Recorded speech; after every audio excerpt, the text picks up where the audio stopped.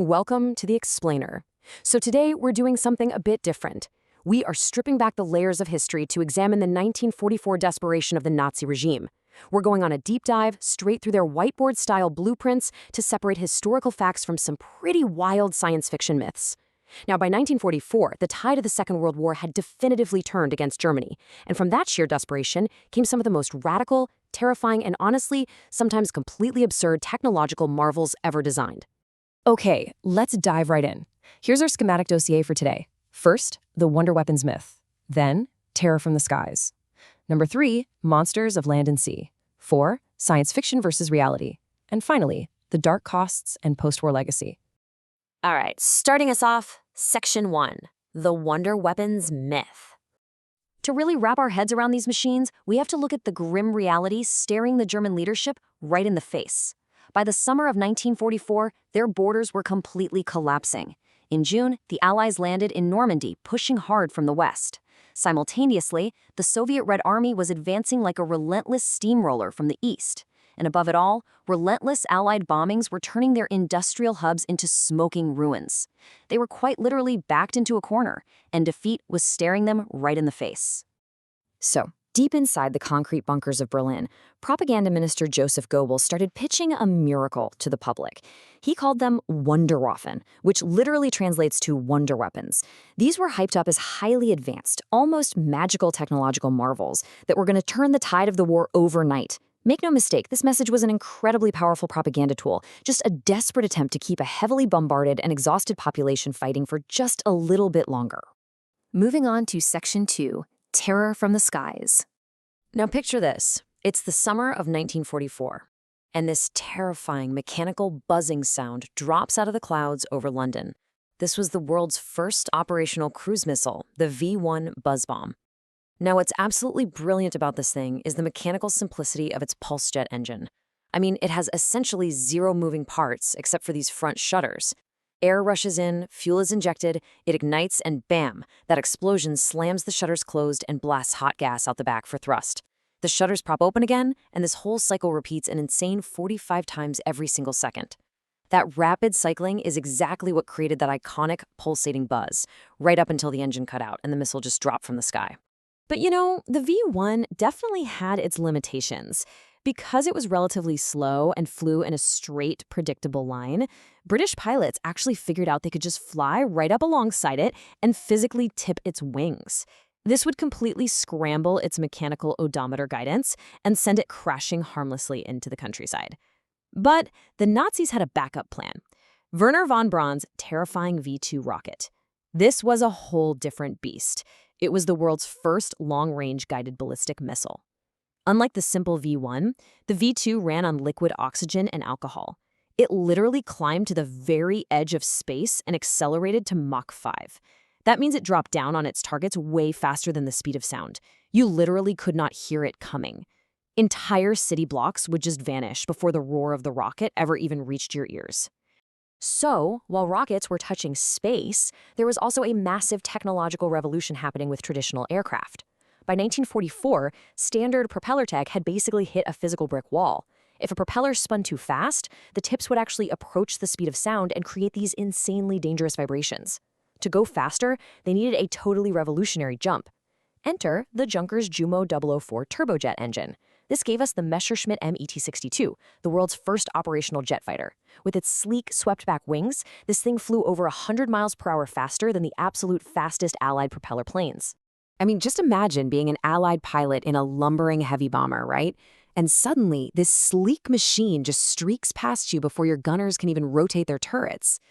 German fighter ace Adolf Galland summed up the immense technological leap of flying this thing without a vibrating propeller perfectly. He famously said, "It felt as if an angel were pushing."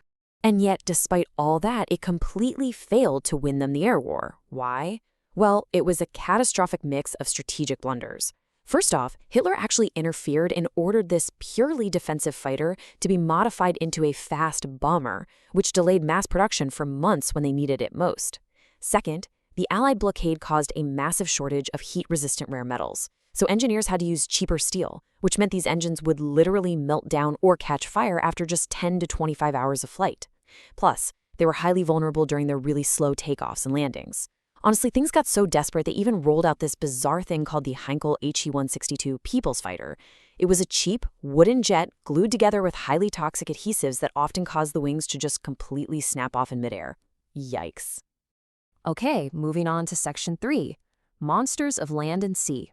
So, shifting gears here from the high-speed boundaries of flight to the sluggish, utterly absurd world of Nazi super heavy tanks, 188 metric tons. Just let that number sink in for a second. That is the staggering weight of Ferdinand Porsche's Panzer VIII Maus, the heaviest fully enclosed armored fighting vehicle ever built. Just to move this absolute behemoth required a massive hybrid diesel-electric drive system that chugged fuel at a mind-boggling 0.07 miles per gallon. And this brilliantly illustrates the sheer absurdity of their designs because it was so impossibly heavy, it couldn't safely cross normal European bridges. So they actually had to design these elaborate snorkel systems just to drive it completely underwater across riverbeds. But as absolutely absurd as the Maus was, the proposed land cruiser P-1000 Rate was just on another planet entirely. If you look at this, compared to a standard 30-ton American Sherman tank or even the heavy 54-ton German Tiger I, the Rate was designed to weigh an unbelievable 1,000 metric tons and carry dual 280mm naval cannons. I mean, it was a complete logistical fantasy. A 1,000-ton vehicle would have instantly pulverized any road it tried to drive on, crushing underground sewer and water pipes with every single tread. Thankfully for everyone, it was canceled before any metal was ever even cut. Now, beneath the waves, however, their engineering was actually dangerously effective. The Type 21 U-boat completely revolutionized submarine warfare. See, before this, submarines were basically just surface boats that could hide underwater for very short periods of time. But the Type 21 was designed to operate entirely submerged. It had this highly streamlined hull with all the deck guns removed, massive advanced battery banks that allowed for 17-knot submerged speeds, a retractable snorkel for hidden charging, and a wildly fast 10-minute hydraulic torpedo reloading system. While it did arrive too late to actually change the outcome of the war, this exact design laid the foundational blueprints for the massive Cold War submarine fleets of both the US and the Soviet Union. All right, Section 4, Science Fiction versus Reality. As we look back at all these wild designs, we really have to draw a firm line between actual groundbreaking physics and pure unadulterated fantasy. Over on the side of real physics, we have the Horton Ho 229. This was a sleek, tailless flying wing.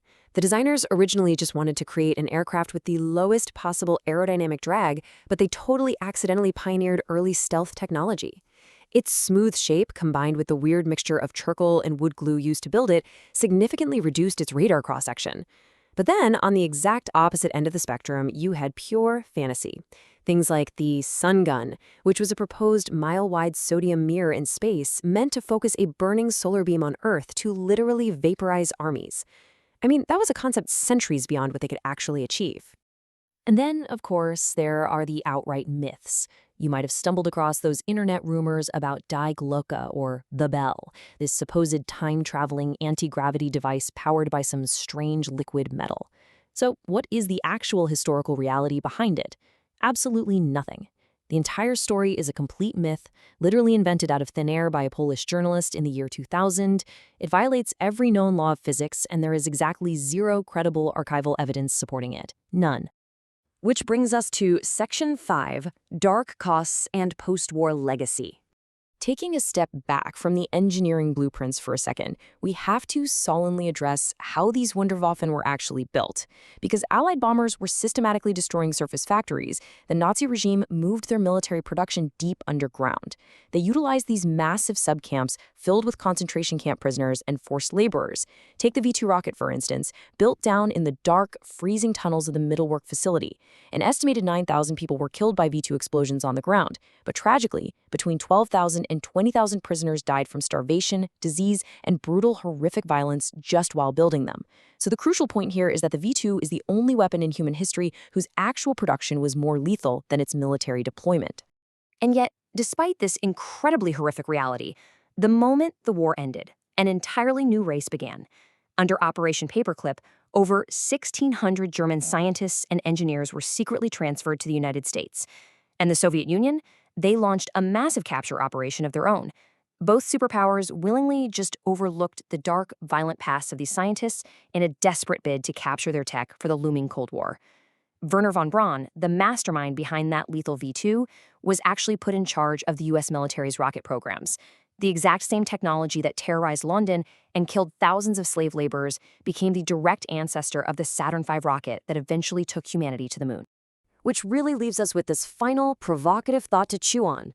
As we look up at the jet planes and space rockets that so completely define our modern world, how do we reconcile the incredible progress of science with the horrific human suffering that built its very foundations? Technology alone doesn't win wars, and the Wunderwaffen were definitely not miracles. They were highly advanced, deeply flawed machines that shaped the modern world in ways we are honestly still grappling with today. Please like and subscribe.